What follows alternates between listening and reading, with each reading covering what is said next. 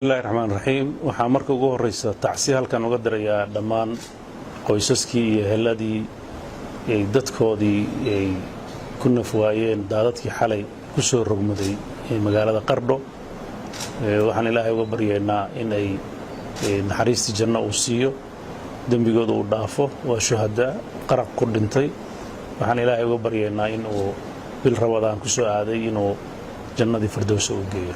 waxaan sidoo kale halka tacsi ugu darayaa dhammaan dadkii waxyeelada kale ay soo gaartay oo guryahoodii ku waayey, hantidoodii ay ku burburtay, ganacsigoodii dhaawac uu ku soo gaaray ama gebi ahaanba ay ku waayeen.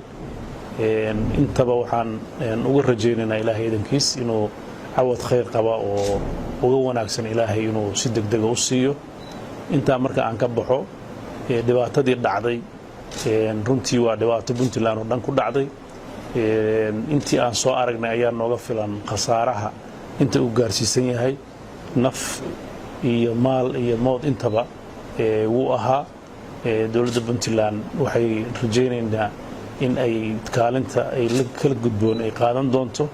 waxaan bulshadeenna dhibaatada soo gaartay ugu baaqaynaa inay istejiyaan wixii dhacay, ay maaragtay ilaahay xaggiisa ay ka ahaatay, ku kalsoonaadaan dowladooda siday u garab taagan tahay.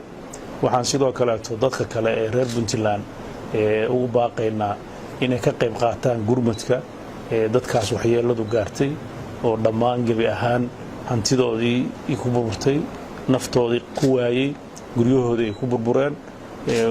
dowladda Puntland waxa ay qabatay guddiyo degdeg ah oo isugu jira guddiyo samata bixinta degdega ah sameynaya oo ah dadkii barakacay siday ugu heli lahaay guryo, meelo ay degaan oo ku meel gaar ah iyo cunto.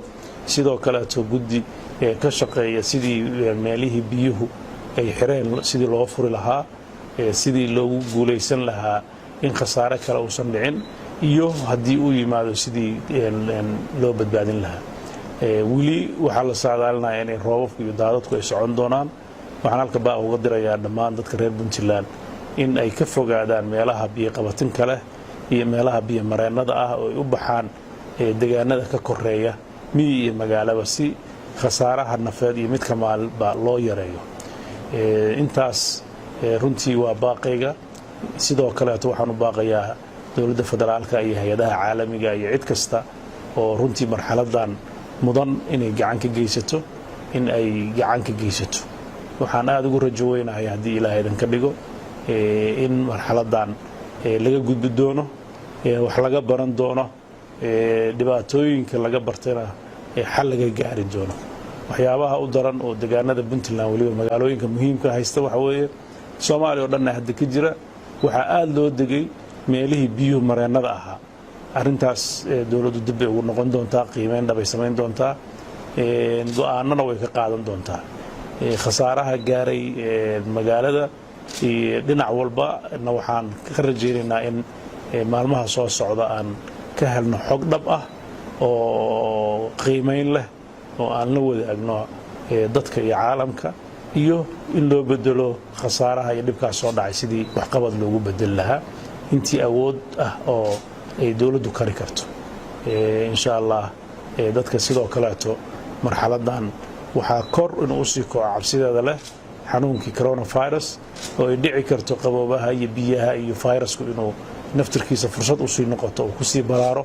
marka taxadarka in la badiyo oo masaa'ibka ilaahay uu nahareer mariyo, dadkuna ay ku sabraan wixii ilaahay u keeno, laakiin mar walba taxadar iyo ka hortagga aan badino, u dhega nuglaadaan baaqyada dowladda uga imaanaya iyo waxyaabaha la farayo oo ku saabsan xagga caafimaadka iyo xagga badbaadada biyaha iyo dhibaatooyinka ka imaan kara intaba. marka waa ilaahay mahadiis waxa maantana haysta haddaysan colna ahayn, abaarna aysan ahayn. xanuunka ilaahay naga badbaadiyo, barwaaqadu nusqaanteeda leedahay, laakiin ilaahay idankiis waxaan rajaynaynaa waxa ay dadka tartay iyo dunyadu inay ka badnaan doonto. intaas ayaan kusoo gabagabaynayaa. waad mahadsantiin. wassalaamu calaykum waraxmatullahi.